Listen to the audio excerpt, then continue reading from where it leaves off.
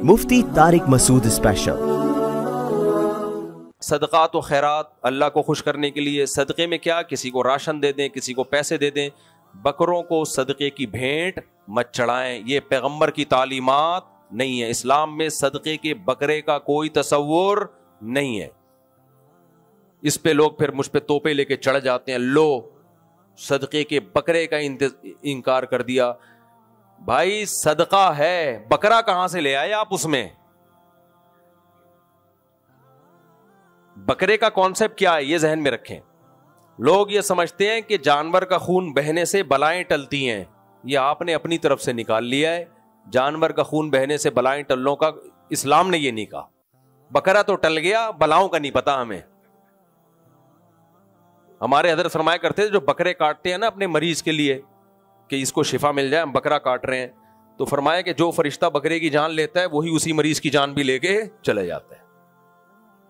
کہ وہ فرشتہ اتنا تیز ہے، وہ کہتا ہے تیرا بکرا بھی گیا اور تیرا مریض بھی گیا، تو کیوں ایڈیشن کر رہے ہو؟ اسلام میں جانور کاٹنا 3 موقعوں پہ عبادت ہے، چوتھا موقع عبادت کا نہیں ہے۔ 3 موقع کیا ہیں؟ نمبر 1 سب سے اہم بقرعید۔ بقرعید پہ جانور کاٹے بغیر عبادت قبول نہیں ہوگی، اور وہ بقرعید کے 3 دن ہیں۔ تیسرے دن مغرب کی نماز کے بعد وہ گائے کاٹ دو، کوئی ثواب نہیں، قربانی کا کوئی ثواب، گوشت ہے وہ، گوشت ہے وہ۔ تبھی تو تیسرے دن مغرب سے پہلے کاٹنے کی کوشش کر رہے ہوتے ہیں بھائی یہ ضائع نہ ہو جائے قربانی۔ چوتھے دن گائے ملی، ایک صاحب کی مجھے کہنے لگے اب کیا کروں؟ میں نے کہا کچھ بھی نہیں کر، تیری گائے ہے، انجوائے۔ میں نے کہا یا تو پوری گائے صدقہ کر دے، اب قضا ہے نا، قضا، یا گوشت کاٹ کے اب گوشت صدقہ کر دے، یعنی اب صدقہ ہے، اب قربانی نہیں ہے۔ تو دوسری جو موقع ہے جس پہ جانور قربان کرنے کا حکم ہے وہ ہے بقرہ، وہ حج میں دم کے طور پہ، حج تمتع ہے تو دم شکر کے طور پر، یا آپ سے کوئی جنایت ہو گئی، احرام کی پابندی کی خلاف ورزی ہو گئی، تو بعض جنایتیں ایسی ہیں کہ ان میں دم دینا پڑتا ہے۔ تیسرا عقیقے کے موقع پہ، بیٹا پیدا ہو تو 2 بکرے یا 2 گائے کے 2 حصے بھی ٹھیک ہیں، یا 2 دمبے، بیٹی پیدا ہو تو 1 بکرا یا 1 دمبا یا گائے کا 1 حصہ۔ یہ اللہ نے کیوں رکھا؟ یہ فیملی پلاننگ والوں کا منہ چڑھانے کے لیے، کیونکہ فیملی پلاننگ والے، جیسے وہ ارشاد بھٹی نے مجھ سے پوچھا نا آپ کے 19.25 تو آپ اس قوم پہ رحم نہیں کر رہے، تو میں نے کیا جواب دیا تھا؟ خدمت کر رہا ہوں میں، کیونکہ جس ملک میں گروتھ ریشو بڑھتا ہے، جوانوں کا ریشو زیادہ، بوڑھوں کا ریشو کم، کمانے والے زیادہ، کھانے والے کم، یہ پوری دنیا میں مسلم قانون ہے۔ یہ تو ہمیں جو نسل روکنے کا گورے کہہ رہے ہیں، اپنے آپ کو تو، اپنے قوموں کو تو پیسے دے دے کے بڑھا رہے ہیں نسلیں، ایک بچے پہ ٹھیک ٹھاک پیسہ ملتا ہے۔ ہمیں اس لیے کہہ رہے ہیں کہ یہ ویسے ہی تباہ ہو رہے ہیں، تو اب آبادی روک کے اور تباہ کر دو تاکہ بڈھے بڑھ جائیں، جوان کم ہو جائیں، تو اور زیادہ ہمیں برباد کرنے کے لیے یہ کہیں۔ ہمارے خیر خواہ تھوڑی جو ہمیں مشورے دے رہے ہیں کہ جو ہے یہ نسل روکو، ان کو پتہ ہے ہماری بڑھ نہیں رہی، ان کم بختوں کی بڑھ رہی ہے، تو یہ بھی ہم پر مسلط ہو جائیں گے، اور ہو نہیں جائیں گے، ہونا شروع ہو گئے ہیں۔ میں نے 20 سال پہلے بیان کیا تھا کہ جاپان میں ہمارے پشتون بھائیوں کی نسل بڑھ رہی ہے، جیپنیز کی نسل ختم، 1-2 بچہ ہوتا ہے ان کا، حکومتیں کہہ رہی ہیں بچے پیدا کرو، نہیں کر رہے۔ میں نے کہا دیکھنا ایک دن آئے گا جاپان میں چپلی کباب کے ہوٹل کھلیں گے، نسوار کی دکانیں کھلیں گی۔ میں اب جاپان ہو کر آیا ہوں لاسٹ ایئر، الحمدللہ کھل گئے، اور وہاں بتا رہے ہیں ہمارے جو پشاور کوئٹہ کے پشتون لوگ ہیں، وہ کہہ رہے ہیں بھائی ہم تو یہاں کی عورتوں سے نکاح کرتے ہیں، ہمارے بچے بھی پیدا ہوتے ہیں، تو ہماری نسل بڑھ رہی ہے۔ وہاں پنجاب کے سیالکوٹ کے لوگ ملے، ان کی نسل بڑھ رہی ہے، جاپانیوں کے 1-2 بچے، نسل ختم۔ تو دنیا میں یونان ایک ایسا کنٹری ہے، یونان میں جو اصل قوم رہا کرتی تھی ختم ہو چکی ہے، پتہ ہے آپ کو؟ وہاں دوسری قومیں ہیں، کیونکہ انہوں نے نسل روکی، ختم۔ تو ایسے غائب ہوتی ہیں نسلیں، پتہ بھی نہیں چلتا، ایسے نسلیں غائب ہوتی ہیں۔ اور لوگ ہمیں کہتے ہیں کہ مفتی صاحب کو یونائٹڈ نیشن کا نہیں پتا، یونائٹڈ نیشن کی نظر میں اس وقت آبادی ایک بہت بڑا عذاب بن چکی ہے اور یہ کہہ رہے بچے پیدا کرو۔ آپ کو یونائٹڈ نیشن کا نہیں پتا، یونائٹڈ نیشن کی جو مستند رپورٹ ہے وہ یہ ہے کہ گروتھ ریشو اتنا خطرناک گر گیا ہے کہ کووڈ سے بڑی تباہی آنے والی ہے دنیا میں، کووڈ سے بڑی تباہی آنے، کیونکہ فطرت کا ایک لا ہے نا کہ اتنی اسپیڈ ہونی چاہیے تاکہ بوڑھوں کا ریشو جتنا ہے اس حساب سے جوانوں کا ریشو ایک اتنا رہے، وہ اب مینٹین نہیں ہے، وہ کیا ہو گیا ہے، وہ خراب ہو گیا ہے۔ تو اب تو دنیا چیخ رہی ہے بھائی, جاؤ سویڈن میں, ڈنمارک میں اور مختلف ملکوں میں جاؤ, پاگل ہوئے ہیں وہ, بڑھاؤ یار, تبھی تو ہمیں ویزے دے رہے ہیں وہ. امریکہ کہہ رہے ہیں فیملی کے ساتھ آ جاؤ, آپ کہہ رہے ہو ہمیں نہیں بلا رہے, وہ پہلے دیکھتا ہے کہ یہاں کے خالی بچے ہی پیدا کرے گا یا کچھ اور بھی کرے گا, کوئی انلیگل ایکٹیویٹی میں تو نہیں ہے, لیکن وہ چاہ رہے ہیں کہ فیملی والے لوگ آئیں اور بچے یہاں آ کے پیدا کر کے نسل بڑھائیں. تو اس لیے یہ اٹھا کر پھینک دو باہر گلی میں, نئی تہذیب کے انڈے ہیں گندے. اچھا, مجھے ارشاد بھٹی کے اسٹائل پہ بڑی ہنسی آئی جب میں نے کہا نا خدمت, کہہ رہے اچھا خدمت کر رہے ہیں ماشاء اللہ, تو وہ طنز بھی کر رہا تھا اور اسٹائل بھی نہیں چینج ہو رہا تھا. خیر ہم آگے چلتے ہیں, میں کیا بات کر رہا تھا. ہاں بکرے, تو اللہ نے 2 بکرے کاٹنے کا کیوں حکم دیا؟ تاکہ فیملی پلاننگ والوں کو تکلیف ہو. تکلیف اس بات کی ہوگی کہ ایک طرف پہلے ہی بہت بچے ہیں اور مزید بچہ آنے پر یہ خوشی میں بکرے بھی کاٹ رہے ہیں.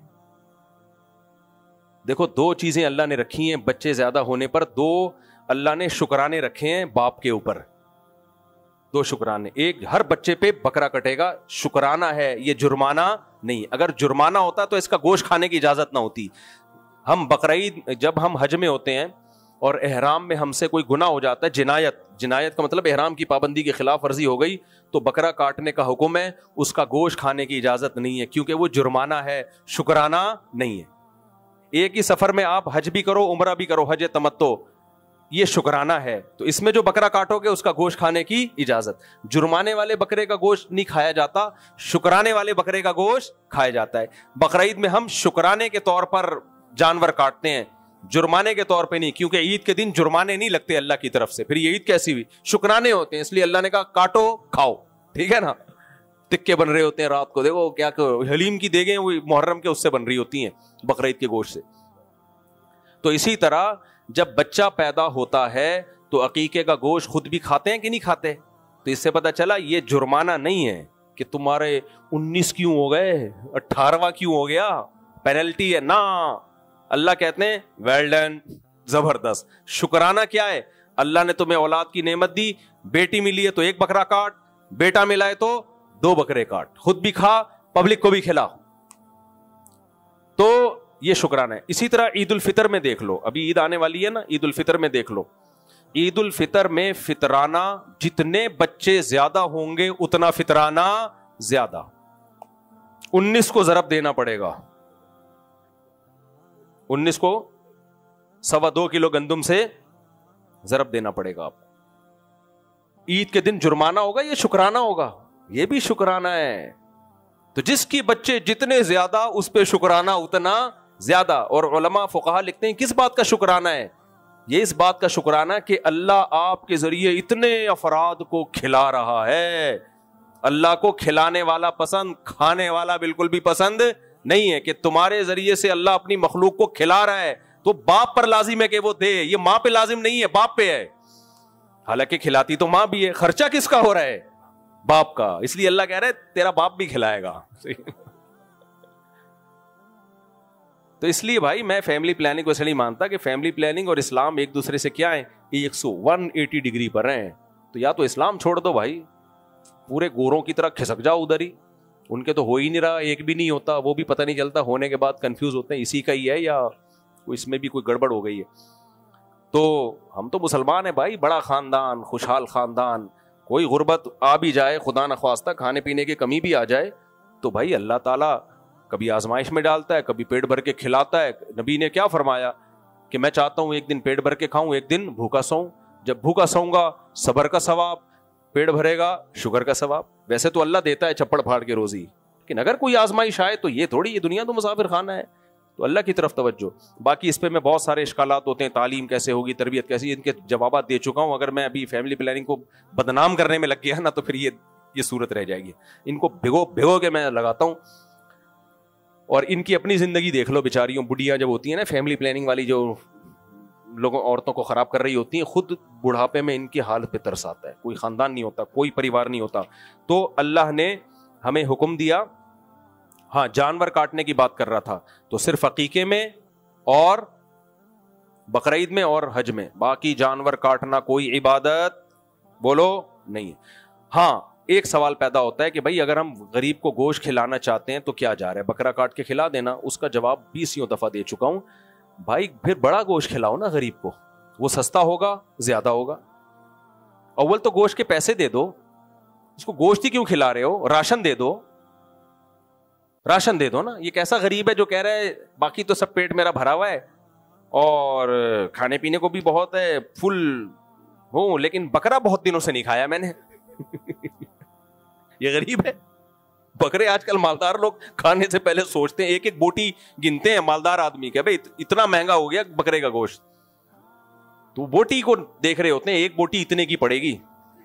جیسے میں ایک دفعہ فشری سے مچھلی لے کر آیا, موبائل چوری ہو گیا میرا مہنگا, تو میں لوگوں کو مچھلی کھلاتا تھا, کہتے ہیں ایک پیس اتنے کا پڑ رہا ہے, اس کو ضائع, یعنی ایک کانٹا بھی ضائع نہیں ہونا چاہیے, پورا اچھی طرح چوسو کانٹے کو بھی.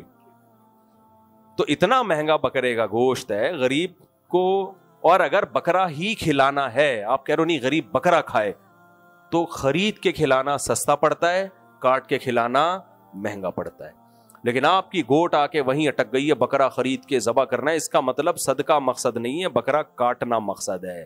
یہ شریعت میں زیادتی ہے, اس کا اسلام میں ہمیں نہیں ملتا. صحابہ کرام کے دور میں صدقے کے بکرے اس طرح سے.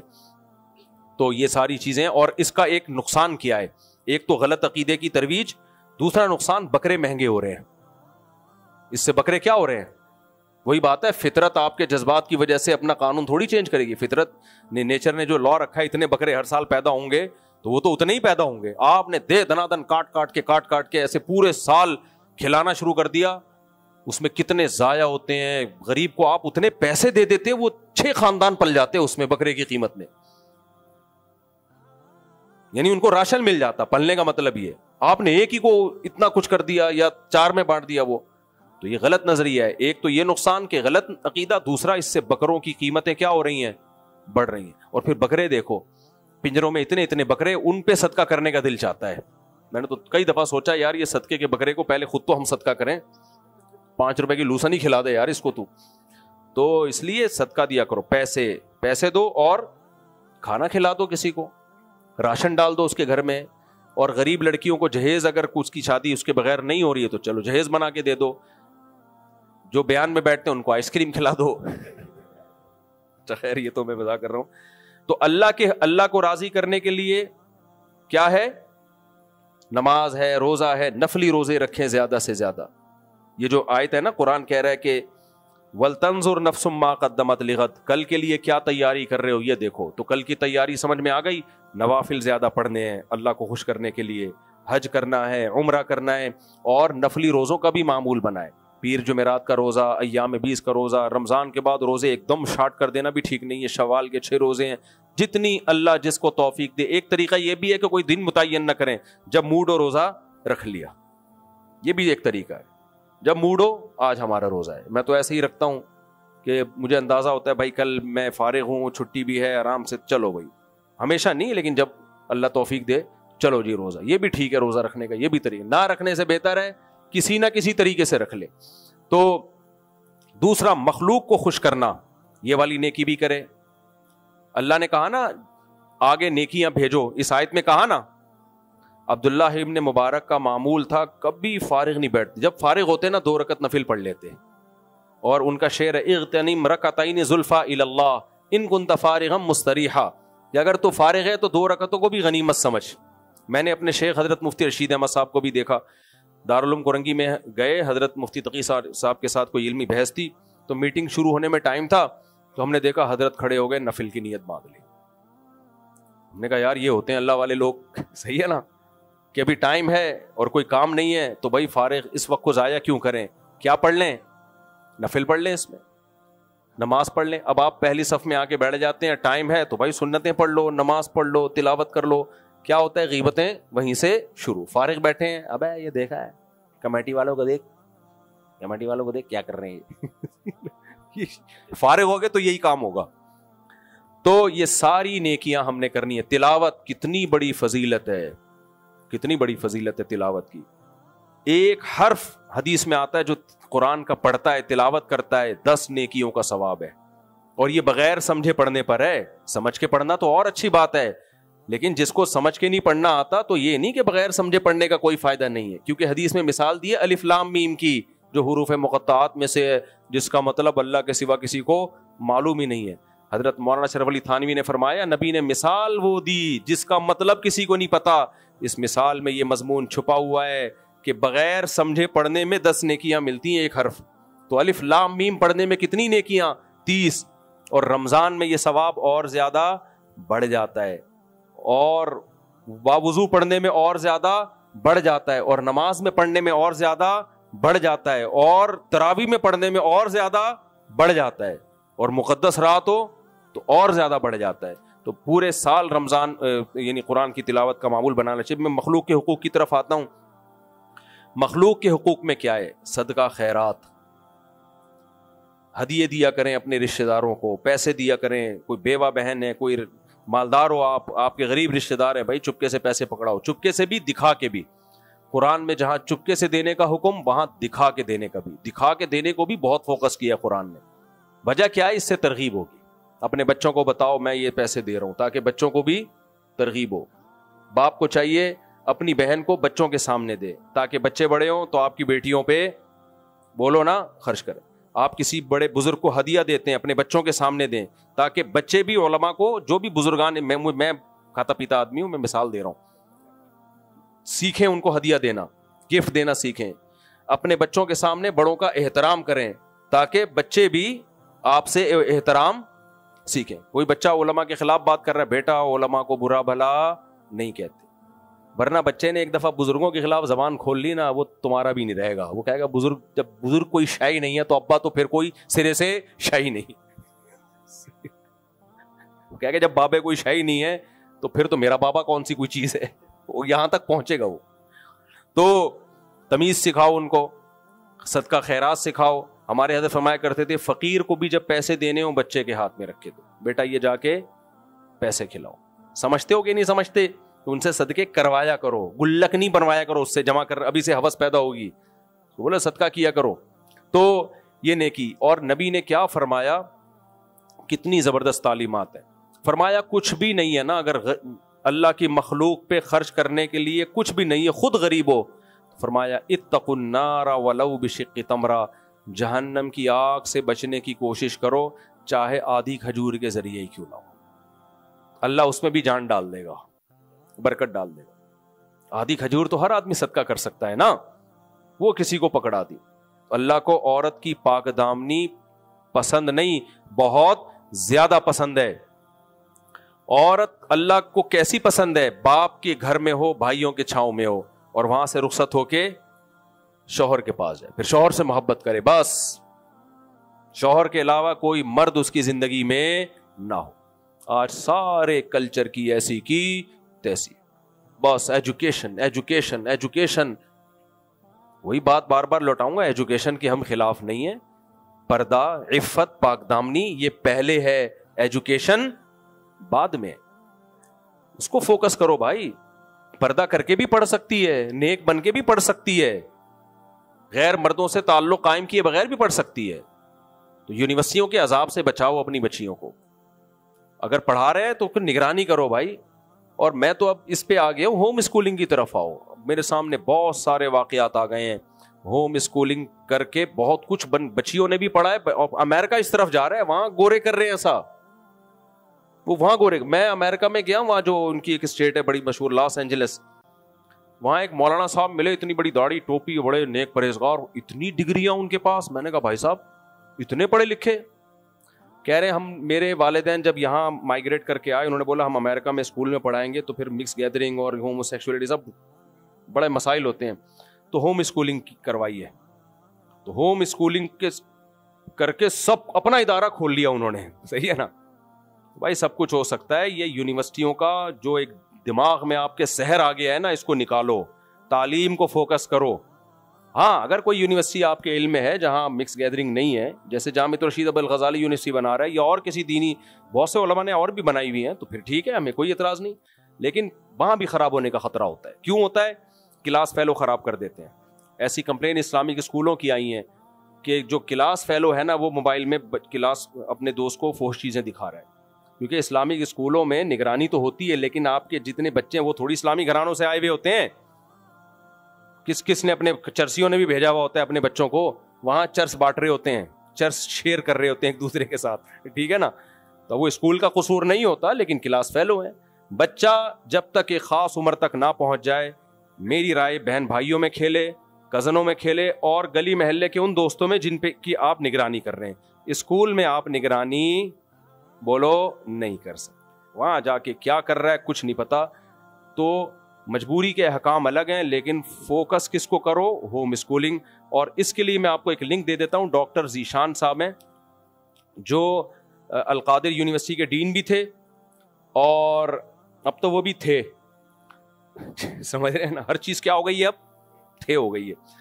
اور ادھر لمس یونیورسٹی کے لیکچرار بھی رہے ہیں, دین عالم بھی ہیں. کمال کی بات یہ ہے تو دین دنیا دونوں کا مجموعہ ہے. تو میں نے ان سے کہا تھا ہوم اسکولنگ کے لیے آپ اچھی طرح سے ورکشاپ کروائیں. وہ بہت زبردست ورکشاپ کرواتے ہیں, والدین کو گائیڈ کرتے ہیں کہ کیسے ہوم اسکولنگ ہو سکتی ہے. تو ان کے تجربے سے فائدہ اٹھانا چاہیے لیکن وہ ٹائم ہی نہیں دے رہے. 2-3 دفعہ ٹائم دیا, پھر وہ کبھی وہ ہوتے ہیں تو میں سفر پہ نکل جاتا ہوں, کبھی میں یہاں ہوتا ہوں تو وہ سفر پہ گئے ہوئے ہوتے ہیں. بہرحال آپ ان سے بھی رابطہ کر سکتے ہیں اور لوگوں سے بھی. تو اپنے بچوں کو, یہ بھی جو اسکولوں والا ماحول ہے ہمارے دور کا نہیں ہے, اس دور میں اتنا خراب تھا پتہ نہیں کیا ہو چکا ہوگا. تو اس لیے اپنے بچوں کو تباہ ہونے سے بچائیں, اور اگر بھیجنا ہے تو بہت زیادہ نگرانی کریں.